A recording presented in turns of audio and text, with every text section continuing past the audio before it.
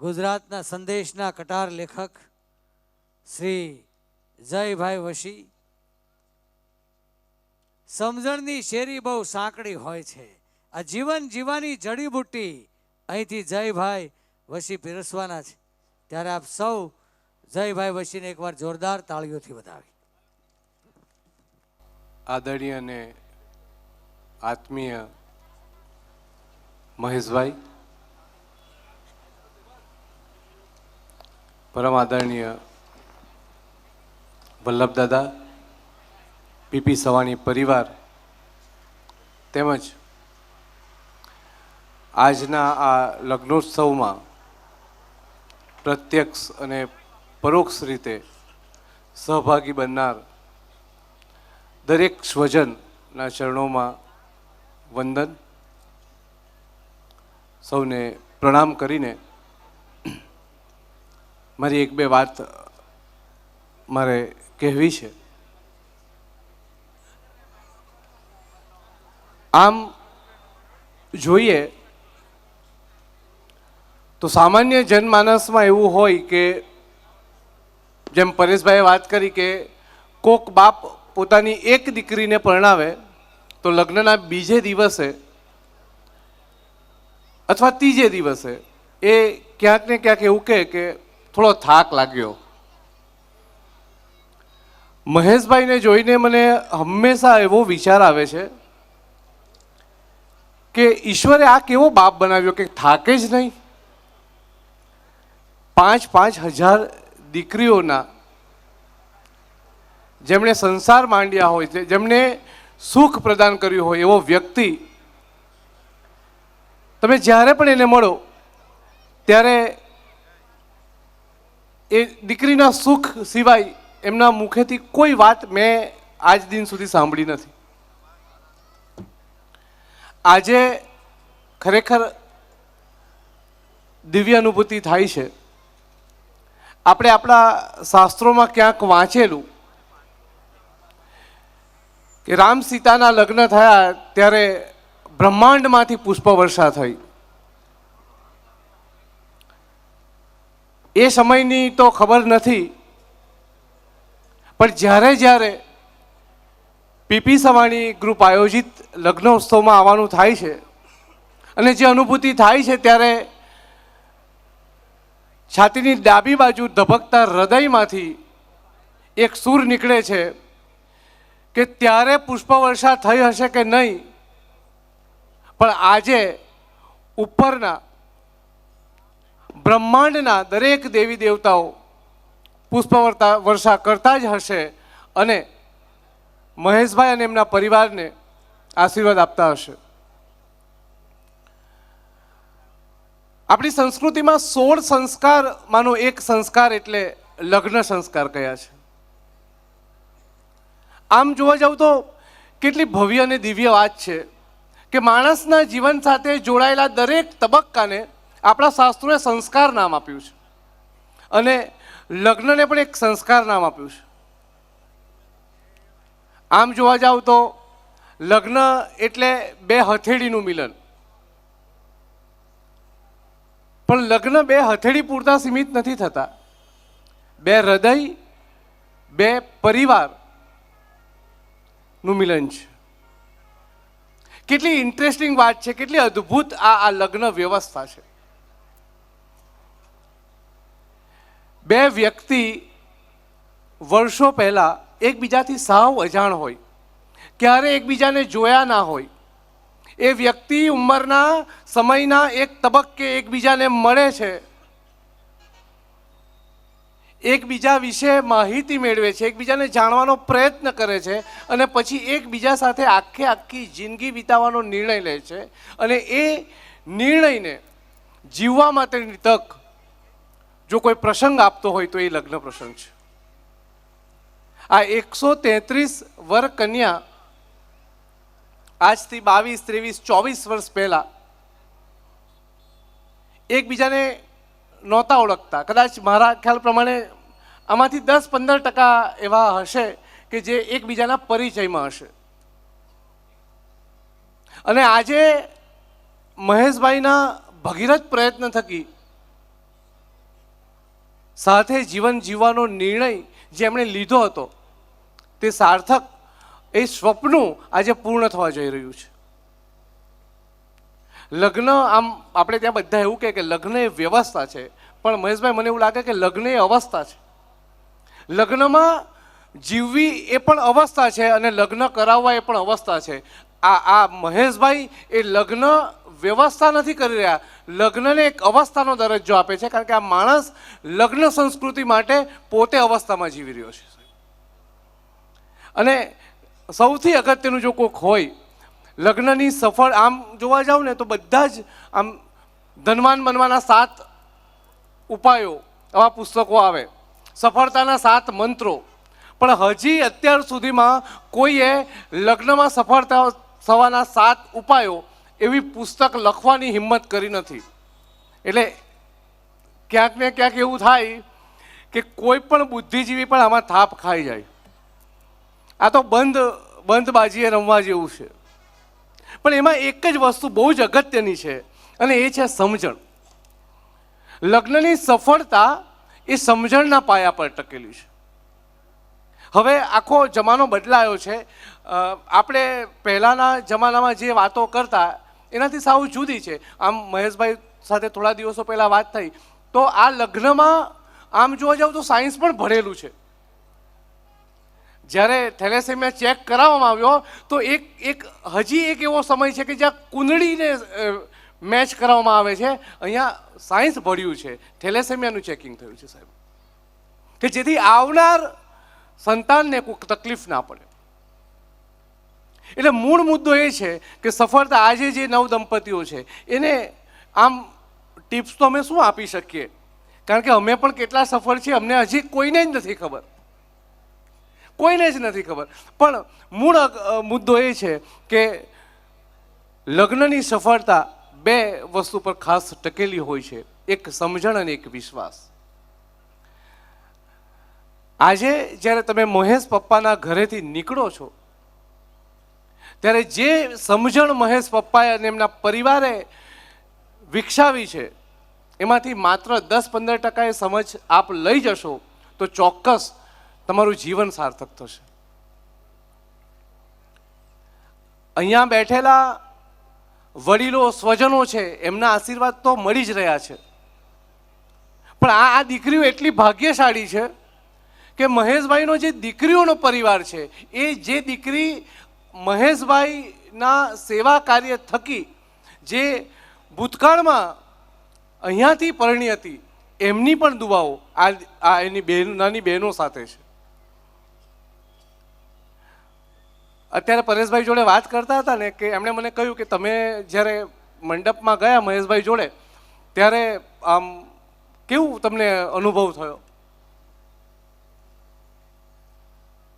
બહુ જ સાચી વાત કરીએ તો અમે શબ્દોના માણસ છે, પણ મહેશભાઈ દિલથી વાત કરું તો એ શબ્દોમાં વર્ણવી શકાય એવી અનુભૂતિ હતી જ નહીં સાહેબ. સતત મનમાં એક વિચાર આવે કે આ એક એવો બાપ છે કે જેની જે સામેની જે દીકરી છે એના શરીરમાં એનું લોહી નથી વહી રહ્યું, તેમ છતાં એ પેલી દીકરી પોતાના સગા બાપને વળગીને રડતી હોય એ રીતે રડે છે. આ કયા જન્મનું ઋણાનું બંધ હશે સાહેબ? આ માણસ કેટલાઓ લોકોનું ઋણાનું બંધ આ જન્મમાં ચૂકવાવ્યા છે. અને એ કેટલો નિસ્વાર્થ પ્રેમ, અનકન્ડિશનલ લવ જેને કહીએ, અહીંયા કોઈ સ્વાર્થ નથી એમનો. અથવા આમ દીકરીનો પણ મહેશ પપ્પાને પ્રેમ કરવા માટેની કોઈ એવી પૂર્વ શરત નથી. મહેશભાઈએ ક્યાંય પણ એ ફોર્મમાં એવું નથી લખ્યું કે તમારે મને પપ્પા કહેવાના જ, મને વળગવાનું જ, મારા માટે લાગણી આપવાની જ તો જ હું લગ્ન કરાવીશ, આવું એ ક્યારે નથી કહ્યું. પણ આ જે અનુભૂતિ છે એ તો આમ અવતરણ, બાપુ કહે ને અવતરણ થાય, એ અનુભૂતિનું અવતરણ થાય છે સાહેબ. તો જ્યારે લગ્ન થાય ત્યારે આપણે તો એવું કહેવાય કે લગ્ન થાય એટલે એક પરિવારને દીકરી મળે અને બીજા પરિવારને દીકરો મળે. એટલે કન્યા પક્ષે દીકરો મળે અને વર પક્ષે એક દીકરી મળે. એટલે આપણે ત્યાં આમ જોવા જાવ ને તો દીકરો દીકરીની આમ આપલે થતી હોય, એક બદલી થતી હોય. પણ આ એક અદ્ભુત લગ્ન છે કે આમ સાસુમાં જ્યારે આરતી ઉતારતી હતી એટલે એટલી સમજ પડે છે કે હવે એમને એમના ઘરમાં એક દીકરી આવી રહી છે અને કન્યા પક્ષે જમાઈના રૂપમાં એક દીકરો મળી રહ્યો છે. આ એક અદ્ભુત લગ્ન એટલા માટે છે કે બંને પક્ષને દીકરો દીકરી તો મળી રહ્યા છે, પણ બંને પક્ષને મહેશ સવાણી જેવો બાપ મળી રહ્યો છે સાહેબ. એ બહુ જ અગત્યની વાત છે કે મહેશભાઈ સતત મંડપમાં એક જ વાત કરતા હતા કે દીકરા, 4 ફેરા તમે ફર્યા ને, 5મો ફેરો આ તારા બાપનો, ચિંતા નહીં કરતી, જીવનમાં ક્યારેય દુઃખ થાય તો મારા આંગણે આવીને ઊભી રહેજે, તને એ પરિસ્થિતિ આવે જ નહીં સાહેબ. આપણે કળિયુગમાં જીવીએ છીએ સાહેબ.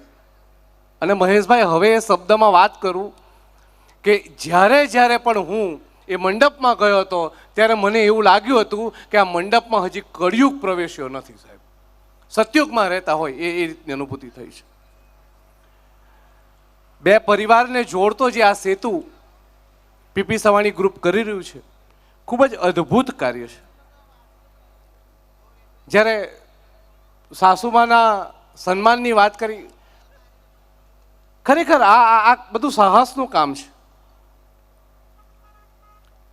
આરતી તો એમણે કરી કારણ કે એમની પરંપરા છે, અને ખાસ જે બહેનોને કે વરપક્ષના જે વરના માતા પિતા જેમણે આરતી ઉતારી છે, ખરેખર આ એક દિવસ પૂરતું ન રહે અને આ જે મહેશભાઈની કોયલડી છે એની સતત આપ આરતી ઉતારતા રહો. અને દીકરી પક્ષે પણ એ કે ખરેખર ખરા અર્થમાં માતા પિતા મળ્યા છે, આમ એમની સેવા કરતા રહો. સમજણથી જ સેતુ બનશે એવું ચોક્કસ છે.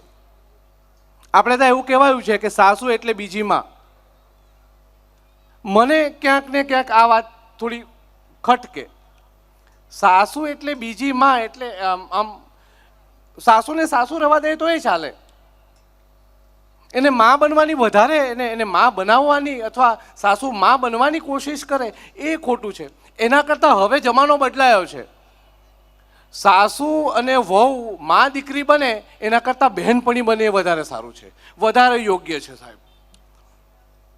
પાણીપુરીની લારી પર સાસુ અને વહુ જ્યારે સાથે પાણીપુરી ખાતા હશે ત્યારે માની લેવાનું કે આ ઘરમાં કોઈ પણ કંકાસ નથી સાહેબ. હવે જમાનો આ પ્રકારનો છે સાહેબ. અને આ દીકરીઓને ખાસ કહું, તમને જ્યારે પણ એવું લાગે કે સાસુ થોડા રિઝર્વમાં છે, પેટ્રોલ પતે એવું લાગે, ત્યારે નજીકની પાણીપુરીની લારી પર જઈ આવવું સાહેબ. આ એકદમ આયુર્વેદિક દવા છે, મોડી અસર કરશે પણ મજબૂત અસર કરશે, નુકસાન તો નહીં જ પહોંચાડે.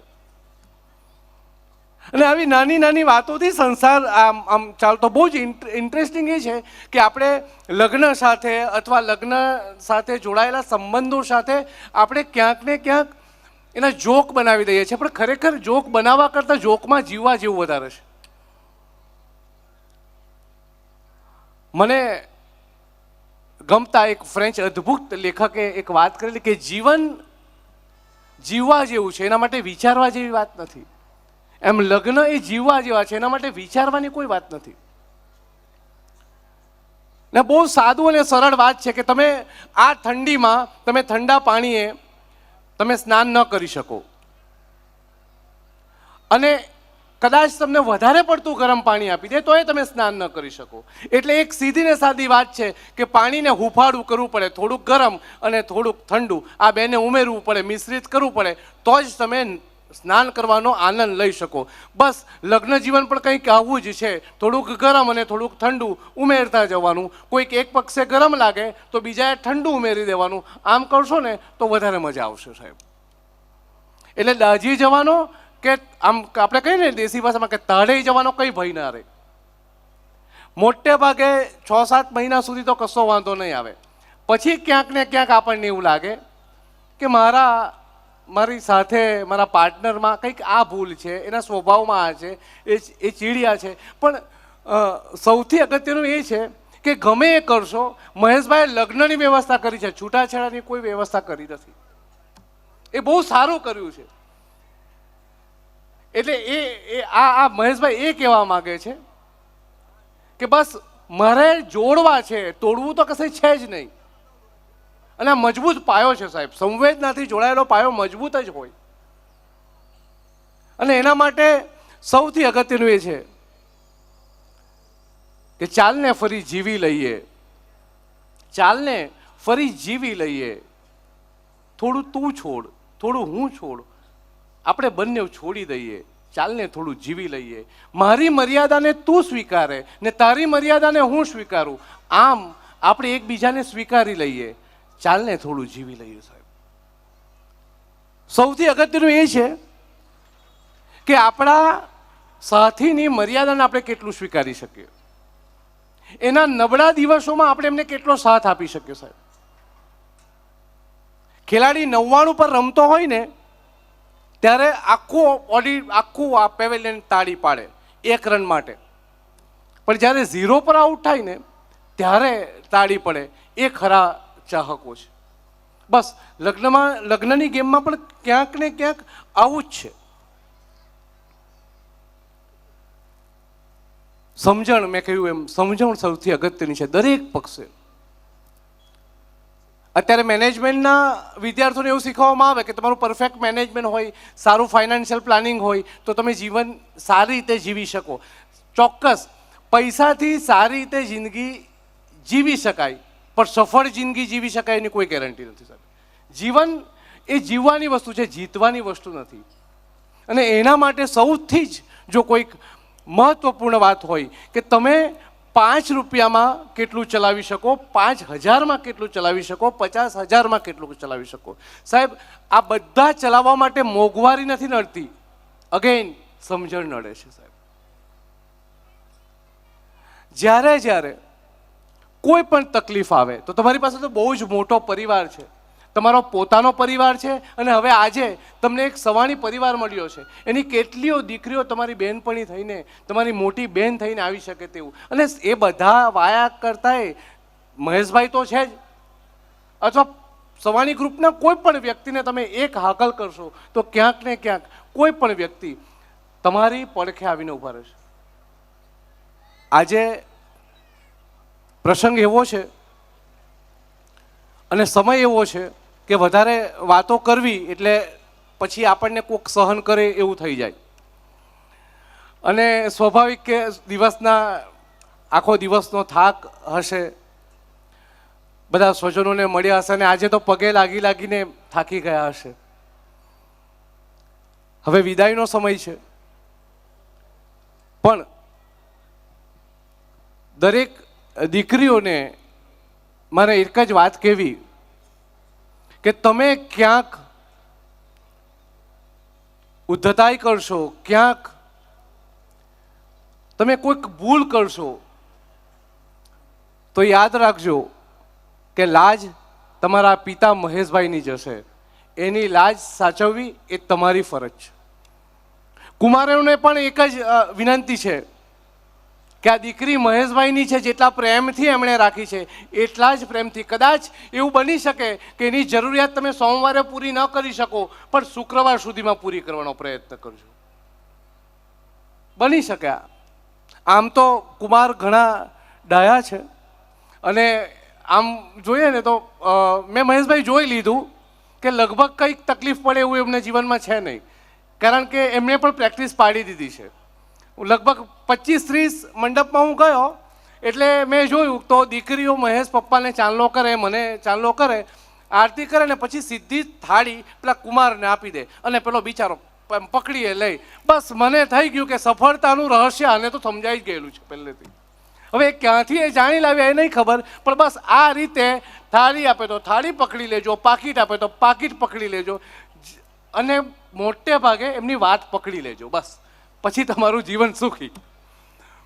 એટલે કુમારોને જોયા છે, અને ઘણા સંવેદનશીલ છે કે જે આમ મહેશભાઈની દીકરી જોડે મહેશભાઈનો સેતુ બંધાતો હતો, આંખમાંથી અશ્રુધારા ઘણા બધા કુમારોને આજે રડતા જોયા. સાહેબ, ત્યારે એવું થાય કે આ દીકરીને વાંધો નહીં આવે. સાહેબ, બધા એવું કહે કે પુરુષ થઈને રડે. હું એવું કહું કે પુરુષ થઈને જે રડતો હોય ને એના પર જ વિશ્વાસ મૂકવા જેવો. સાહેબ, એ ક્યારે કોઈનું ખોટું ના કરી શકે. રડતો પુરુષ છે ને એ જીવતી સંસ્કૃતિની નિશાની છે.